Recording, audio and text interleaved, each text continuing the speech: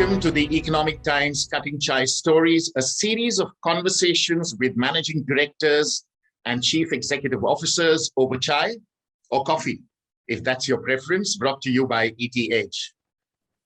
The urgency and pressure on business leaders as they navigate the COVID-19 pandemic has been immense, to say the least. These business leaders have been constantly monitoring myriad ways to ensure that their respective companies stay on course in the new normal. The incredible demands placed on them makes us often wonder how they have time for family, hobbies, or any downtime at a personal level. And let's not forget that they are mere mortals. This initiative by ETH is aimed to create a deeper connection with them and to get a sense of what business leaders of several prominent companies do when they are not in business mode.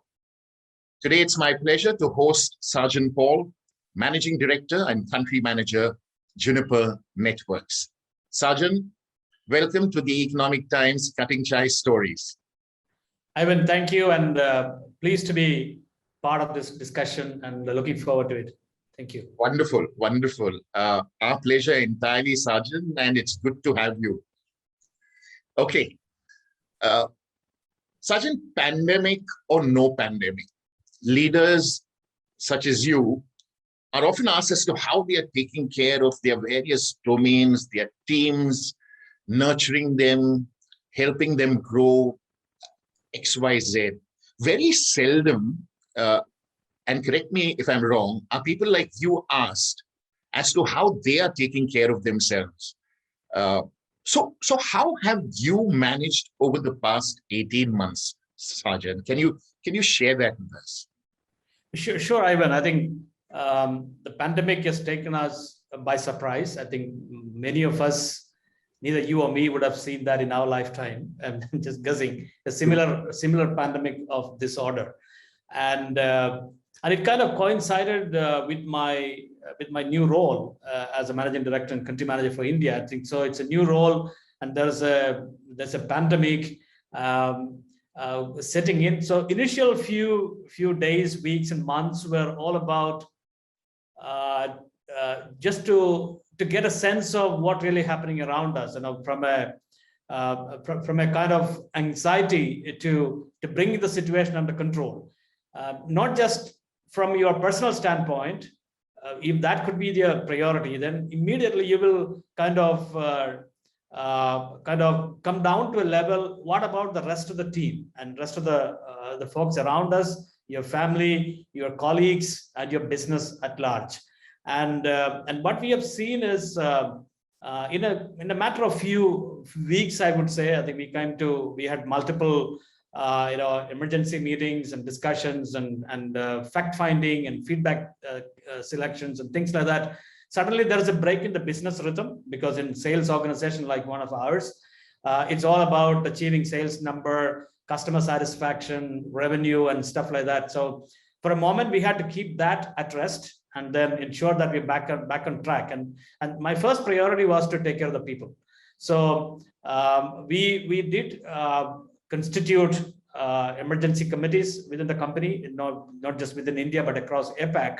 And then they had enough power and wherewithal to go and interact with people, help them in their need, and understand their all issues. And I think it came out pretty well. I think many of our colleagues lost their loved ones and things like that.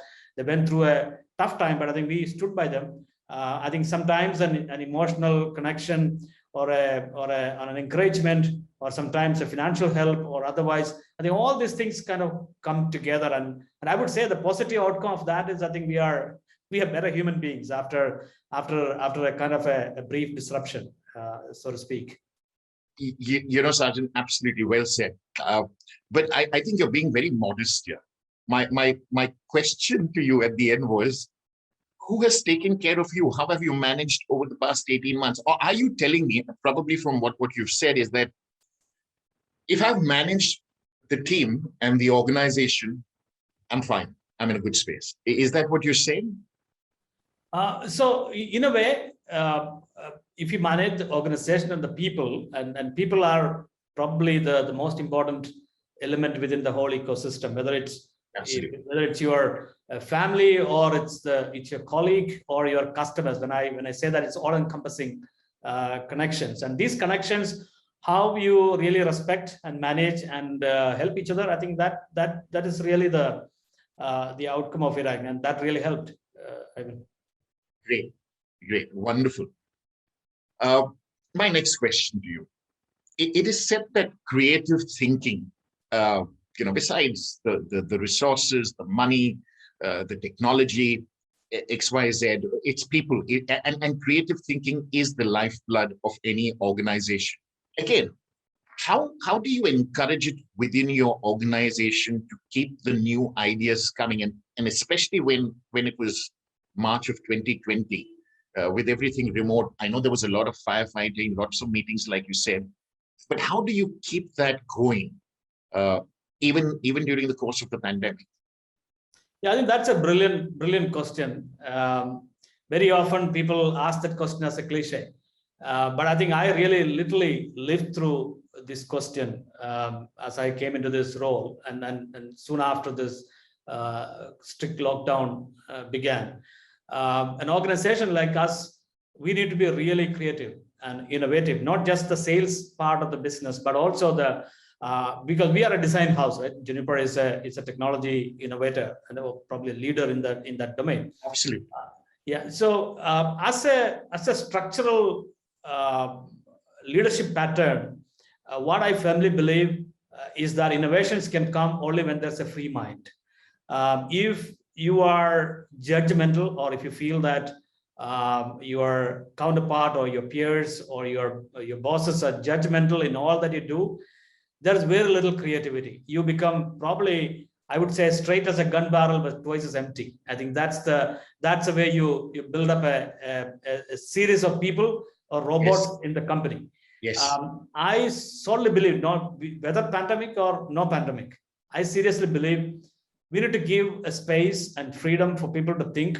It may sound stupid, but the simple ideas, and history has proved over and over that simple ideas, when it's really watered well, will actually bear rich fruits. I think I've seen that over and over in my, I think, two and a half decade of career.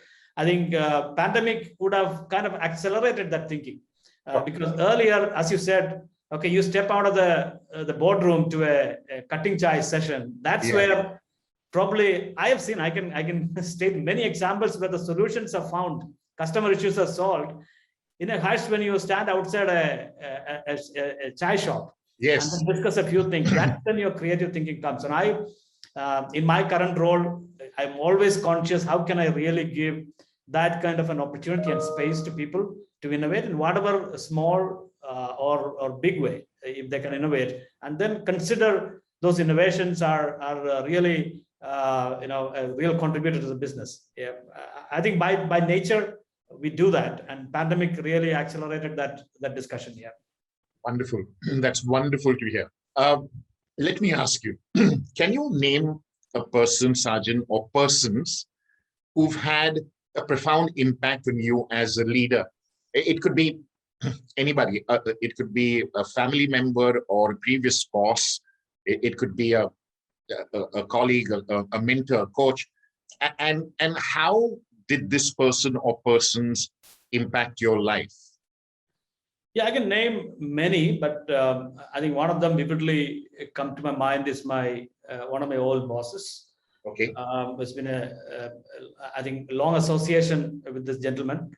I think he has simple lifestyle and respect for people, and rewarding achievements. I think because we cannot treat everybody equal in all the time in business environment. We need to reward success to people, and of course we need to correct failures.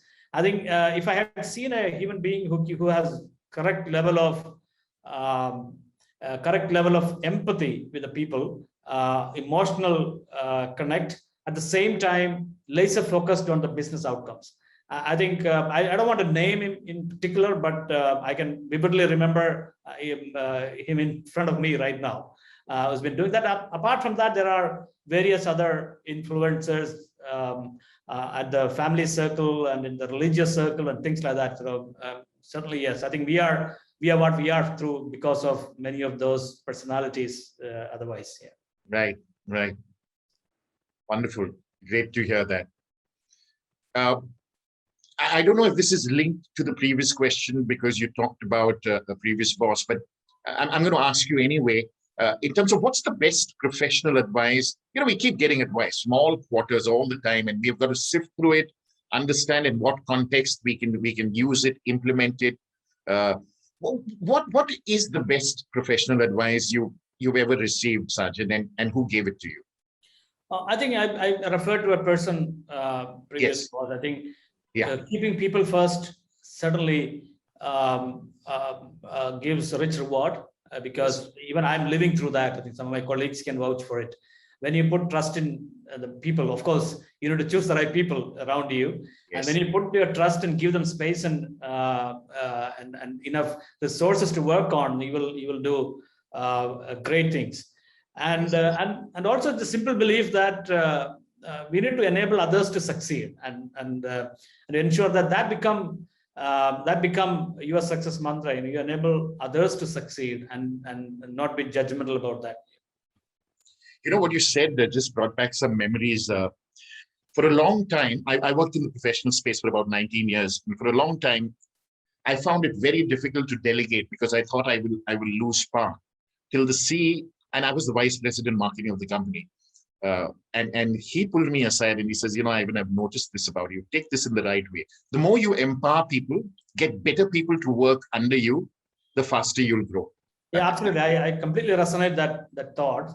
And so the other dimension, Ivan, is also when you are in this position, you may not be the master of all all trades, so to speak.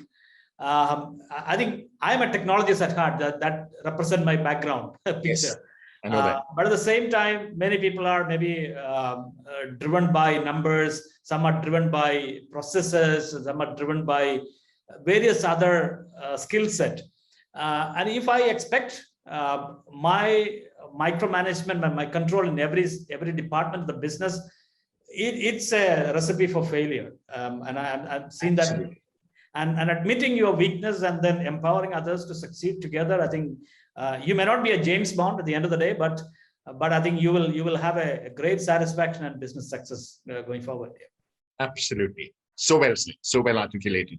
I'm going to come to the subject of something called a moral compass. We all at various stages in our lives, whether it's our values, our upbringing, the environment we've grown in, we develop something what is called a moral compass. And probably that's something that evolves over time with a little bit of wisdom, experience, XYZ. So Sajan, may I ask you as to, at this point in time, what's your moral compass when it comes to the way you lead your life in the professional and personal space? I think you've touched upon some points in the earlier questions, but I'd still like you to take this question and if you could share that with us. Yeah, I would say that question is more spiritual in nature because we are dealing with two domains. In this materialistic world, the moral compass is very relational in nature. You can't put your finger and say that, oh, this is right, this is wrong, which may be absolutely right for someone else in some other domain. So that is kind of relational in nature, unless you unless you can place your hand and say that there are certain absolutes which you may not find in the materialistic world, but in the spiritual world. And there are absolutes. And my moral compass has to be in relation to what is a constant, because any compass which is not pointing to the north or to the south, or you have the same accuracy as a compass, is there's no absolute. Yes. So I would say that the simple principle, as you would know, do unto others that others would do unto you. And if you follow that simple principle, any critical decisions, discussions, the work that you do, just put yourself in his or her shoes and see that if I were to do this, would I ever do it? I think that gives me a perspective. Many people, I think morally we are all aligned to do that, but we have to switch off that part of the moral compass to say Yes. that it's my way or highway. I Yeah. do it my way, you better obey it. But I think, I don't know, maybe I'm not elated, but I think it's somehow, that's my upbringing. I've always look at that to ensure that put yourself in someone else's shoes and see whether it's appropriate or not. If it's not appropriate, I can tell you I may still posture, but I'm not convinced to execute on that. Again, I see a lot of humility in that answer, but what you said is there is a spiritual connect to that. And you know, I think it's only with experience and age and a little bit of wisdom that comes to us from time to time, we discover that side. And I think it's beautiful when you do discover it, Yeah. and can make it an integral part of your life. Yeah, great. Such a fact of life is, through our journey, personally, professionally, we go through good times, not so good times. We go through very, very tough times. All of us go through that. My question to you is, if you could tell us as to what tough times, if you had any, what were those tough times, and how did those tough times chisel you and made you a better person to be where you are today? Yeah, I think this is, I think all of us have gone through tough times, right from our childhood, Yes. our upbringing, availability of resources, even the education that you can afford and you can have, the medium of instructions. For example, I learned my mother tongue till my +2. Okay. So I had no exposure to English language and things like that from my childhood. Yes. Neither did my parents have resources to send me to a faraway city and things like that. So these are all constraints. But I think I could sense that there is a passion in me to go after the technology where, when my entire family is in the medical side of the including my 2 daughters. So Okay. so I'm the only one standing out just because of my passion. Yes. And what I've seen, I traveled that tough time only because I was passionate of doing something, and which my father recognized, and then he went out of his way in supporting me in few areas. When coming back to our professional life here, I think there are a whole lot of challenges, both internal and external. And I'm sure everybody has a point of view. I think unless you put yourself in their shoes and figure out, you may not be able to appreciate the views that is coming up. And then as you grow older, you tend to figure out that something which is tough in your mind may be an easy thing. It should be a table stake for someone else. Because the perspectives and the upbringings are completely different. But I don't want to name any specific incident, but I'm seeing that all these things are actually creating us a much more matured and a better person. Sure. Wonderful. I love the way this is going on, our conversation. Excellent insights. A lot of the things that you're saying resonates with me, and I'm sure it will resonate with our audience when they view this video. Thank you, Sajan, for being very, very frank and very much from the heart. What we'll do, Sajan, is we'll move on to a different segment in this Cutting Chai conversation. It's called the short answer segment, whereby I'll throw a set of questions at you, and I would be glad if you could reply in one word. And if it takes one line, I'll specify that you can take a line. And sometimes I'll say, ask you to answer in 3 words.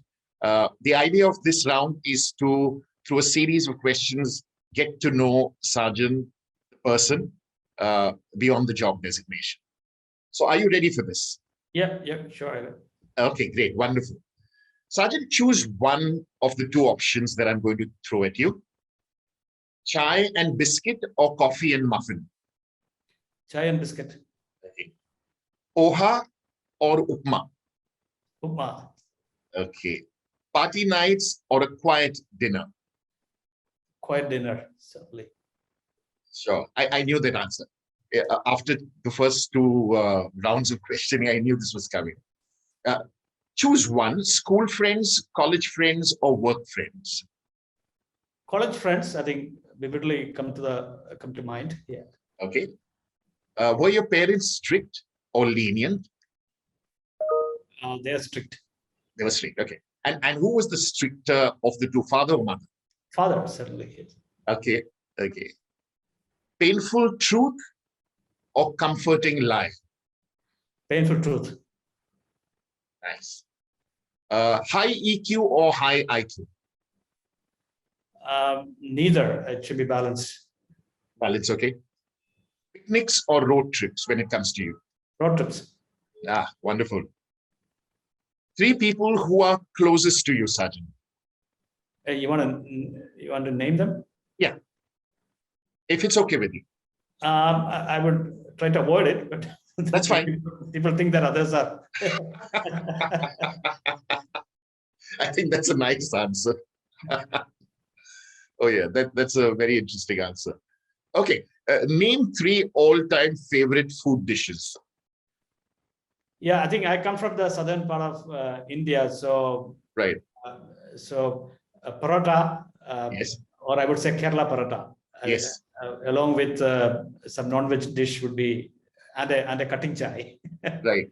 You're really playing safe, Sajan. You're not even mentioning the non-veg dish, and I know why.